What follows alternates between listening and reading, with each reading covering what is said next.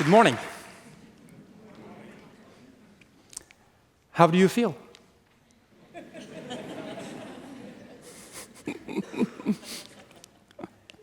Do you feel okay? Do you feel interested? Curious? Excited? Yes. Happy? Yes. Yeah. Hopefully not too many of you feel sad or angry or distressed or anxious, even though I'm sure some of you do. Now, how do you think I feel? All of the ones mentioned above? Well, to share with you my own experience at this moment, I feel a mix of emotions. I'm very happy to be here to talk to you about something I really care deeply about. And I have this excited surge of energy within me that kind of keeps me focused on my task. And at the same time, I feel this anxiousness or nervousness about my performance, about how you guys will receive me, and about how well I will reach through to you with my message today. Perhaps for most of you, you haven't really thought about how you're feeling as you're sitting out there, and much less thought about how I'm feeling as you're sitting out there. Probably your feelings have been running silently in the background without you paying much attention. And that, dear ladies and gentlemen, is exactly what I'm here to talk about. Your emotions and feelings, and why it may be important that you pay attention to them, think about them, and listen to them, especially if you're not accustomed to doing so.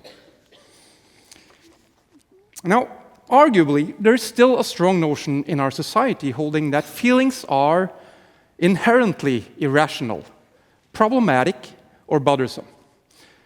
Feelings are thought to be opposed to reason. Well, the scientific study of emotion, on the other hand, has made massive leaps in recent years, especially in psychology, I must say.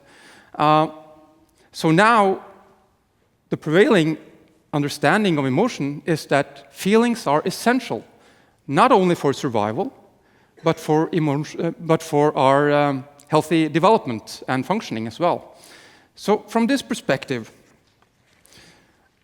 we now believe that feelings guide our perception and motivation, that feelings ensure rapid and effective information processing, that feelings are essential for building strong and healthy relationships, and that feelings critically aid us in our decision-making processes. Now, to give you a couple of examples, let's jump to Mo Farah. If you don't feel afraid when something large speeds rapidly towards you, then you're not going to get out of the way as soon as you should.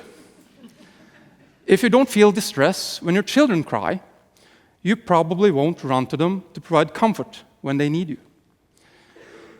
If you do not feel guilt when you have caused damage to someone that you care about, then you probably won't try to repair and make things right again. And if you don't feel excitement and enjoyment when you solve a difficult problem, you probably won't keep on persisting when you meet a problem to which the solution isn't readily apparent. Now, essentially, our emotions appear to constitute a basic motivation, information processing, and communication system. A system that's been finely tuned to help us deal with the challenges that we're faced with as human beings. A system that's been, by way of evolution, built so that we are prepared to act rapidly and decisively in a whole range of situations that are common and central to our survival and well-being. Now, we could actually say that our emotions contain our most immediate information about ourselves in relation to the world around us. And in the deepest sense, our emotions are our most principal source of knowledge about who we are and what is important to us. Said somewhat more poetically by English author Arnold Bennett back in 1897, there can be no knowledge without emotion. We may be aware of a truth, yet until we have felt its force, it is not ours. To the cognition of the brain must be added the experience of the soul. Still, people vary considerably in the way they experience, deal with, and express their emotions.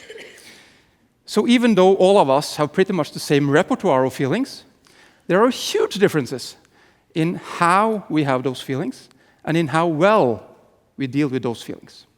Basically, a lot of the people among us do not use their emotions as well as they could have. Many among us tend to habitually suppress their feelings. They try to not think about feelings, they try to explain their feelings away, or they try to focus on something else to get rid of the feelings. Others may be driven by their feelings. These people may act out in anger by hitting or yelling, and thereby effectively killing off the love that others have for them, blow by blow, a tragic fate. Or they may be overwhelmed and psychologically paralyzed by their emotions. For example, by flying into a state of panic when afraid, or getting hopeless and resigned when feeling angry or sad. Those who deal well with their feelings, on the other hand, tend to experience and express emotion in a more constructive fashion. Now, what does that mean? What does it mean to deal well with feelings? That's one who deals well with feelings up there. Is honest. Well, dealing well with feelings entails first a capacity for being aware of and telling your feelings apart. Second, it entails a capacity for acknowledging and valuing and thinking about your feelings and their inherent meaning. Basically, you need to understand why a particular feeling is triggered at a particular time and use that as a source of information about yourself and the world around you.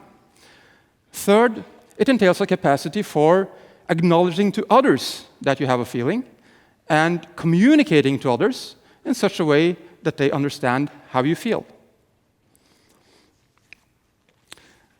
Being characterized by these capacities is what we define as a high level of affect integration or affect consciousness, or more simply put, being good at dealing with feelings.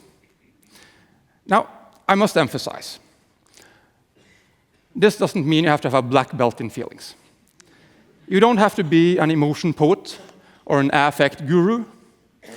Rather, it means that if you're generally able to notice how you feel and tell your feelings apart, and if you're generally able to accept what you feel and understand how that feeling makes sense, and if you're generally able to let others know how you feel, then you're dealing with your feelings in a good enough fashion. Still, it is actually quite common not to be able to do these things. And in fact, that appears to have consequences for our health and our happiness. The reason for this is that there's a substantial body of evidence accruing which demonstrates that dealing well with feelings is associated with having good mental health and high psychological functioning.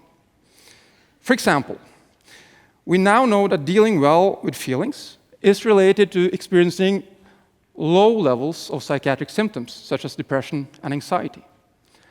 It's related to high self-esteem.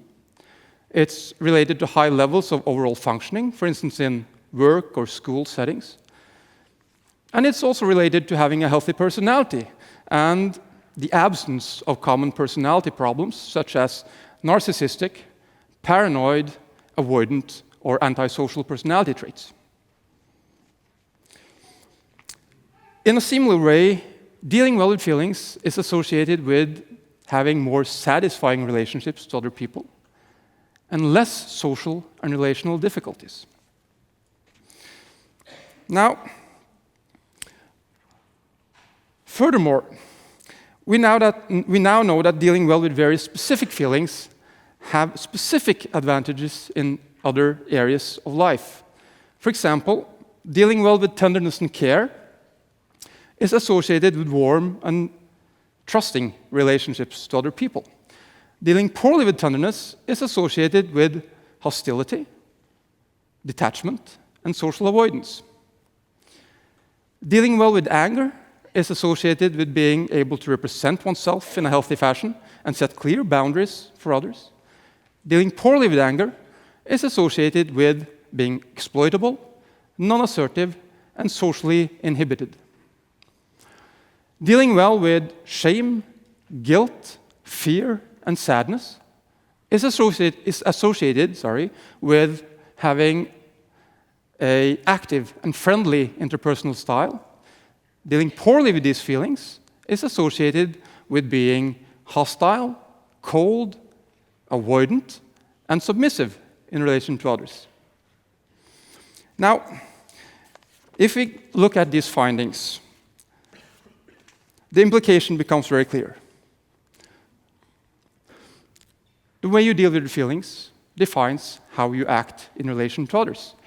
The way you deal with your feelings defines your personality. The way you deal with your feelings defines who you are. And is, in essence, this is why I've called my talk this, tell me how you feel, and I will tell you who you are. So, in sum, we see that dealing well with feelings is a very central factor for mental health, for the quality of our relationships, and for our general happiness and well-being. Still, it is seldom acknowledged as such. We still suffer under the old presumption that feelings are something that disturbs us in our thinking, something that primarily should be regulated, controlled, or avoided. Now, as you understand, I'm here to suggest to you the possibility of thinking differently. The possibility to think that feelings are in fact one of the most important sources of information we have. That feelings in fact constitute a treasure chest of intuitive wisdom about what is good and right and what is not. So that rather than suppressing or avoiding our feelings, I urge you to think that feelings need to be integrated in our sense of who we are. That they ought to be welcomed as important guides to what we see, hear, how we think, what we decide and choose, how we act, and what we want. Basically, I urge you to think that feelings ought to be respected, paid attention to, and reflected upon and expressed in such ways that the person with the phone can call back. In such ways that we reach through to the people around us. By doing so, I believe it is possible to strengthen relationships, improve mental health, happiness, and well-being, and become better acquainted with not only ourselves, but the people around us. And in this sense, I believe that my speech here today fits very well with the topic of this conference, because each of us individually can raise our awareness of how we feel and how we're dealing with our feelings.